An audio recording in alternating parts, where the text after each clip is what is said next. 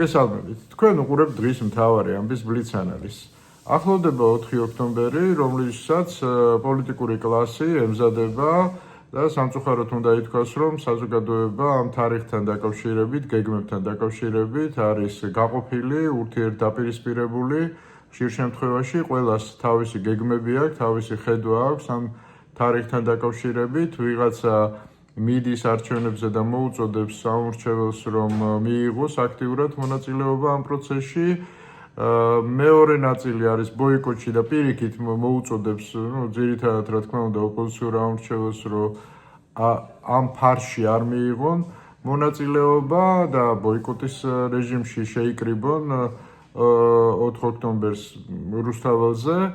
და ბუნებრივია ხელისუფლებაც ემზადება თავისებურად და უკვე ესე რომ ვთქვათ, ეს პროპაგანდა მუშაობს იმაზე, რომ ერთგვარი სახელმწიფო გადატრიალების მცდელობა დაანონსოს. პარალელურად აქტივისტებს იჭერენ საკვანძო ფიგურებს, ჩვენ ამას ვხედავთ და ესეთი ძალიან შემაშფოთებელი ვითარებაა შეიძლება ითქვას.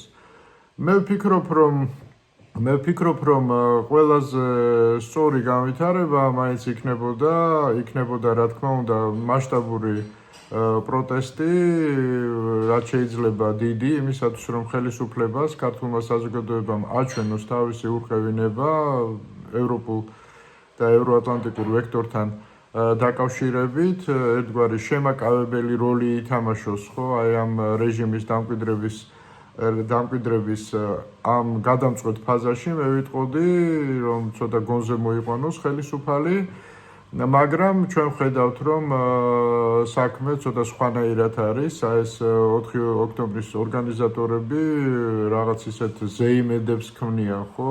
სამწუხაროდ ჩვენ ცუდი გამოცდილება გვაქვს ზეიმედების შექმნის, რომელიც ყველა ციკლში დიდი იმედგაცრუებით მთავრდება, არანაირი გეგმა არ არსებობს. პრინციპში აი ამ ყველაფერს არც ლიდერი არ ყავს, ხო, და ანონსირდება ამ დროს, რომ დილას რაღაცას დაიწყებენ და საღამოს დაამთავრებენ. აი ესეთ არაორგანიზებულ სიტუაციაში, ულიდერო სიტუაციაში, როდესაც გეგმასაც კი არავის არ უმხელს, ხო, ძალიან სახიფათო ვითარება იქმნება, რაც ბუნებრივია ხელისუფლებას თავისი სპეცსამსახურებით შეუძლია ძალიან კარგად გამოიყენოს და უნდა ვივარაუდოთ, რომ ხელისუფლება ზუსტად ამისთვის ემზადება, ხო? იმისათვის, რომ რეჟიმი საბოლოოდ ჩაბეტონდეს, რისი დამკვიდრებაც ხელისუფლების გაგებით 5 ოქტომბრისთვის ძირითადად უნდა იყოს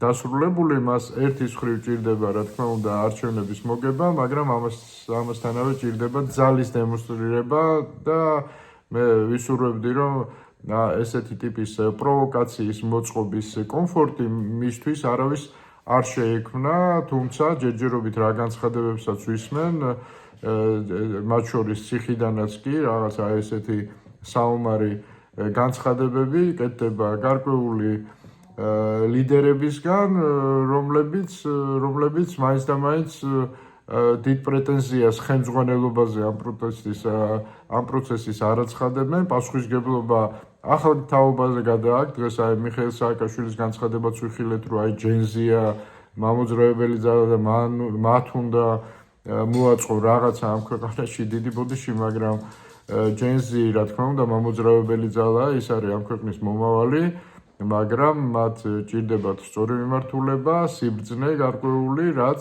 წინათაობების ჩაქსოვით უნდა მოხდეს ამ სხეულში, ხო? არაორგანიზებულობა ყოველთვის მუშაობს ხელისუფლის სასარგებლოდ.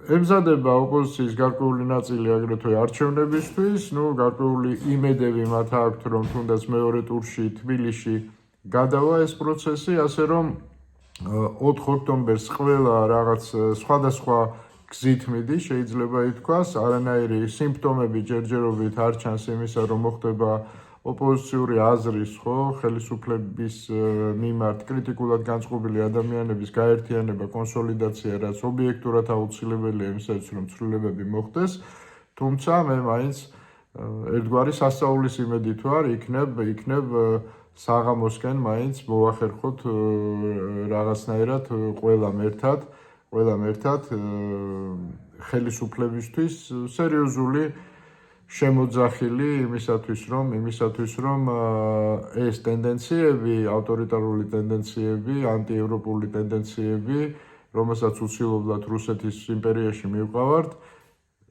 თუ არ შევაჩეროთ დიდი ხნით, ყოველ შემთხვევაში შევაყოვნოთ და აი ამ შეყოვნების პერიოდი გამოვიყენოთ იმისათვის, რომ მოხდეს ქვეყნის ნორმალური განვითარების გზაზე დაბრუნება. დღეს სულ ეს იყო, ამით გემშვიდობებით.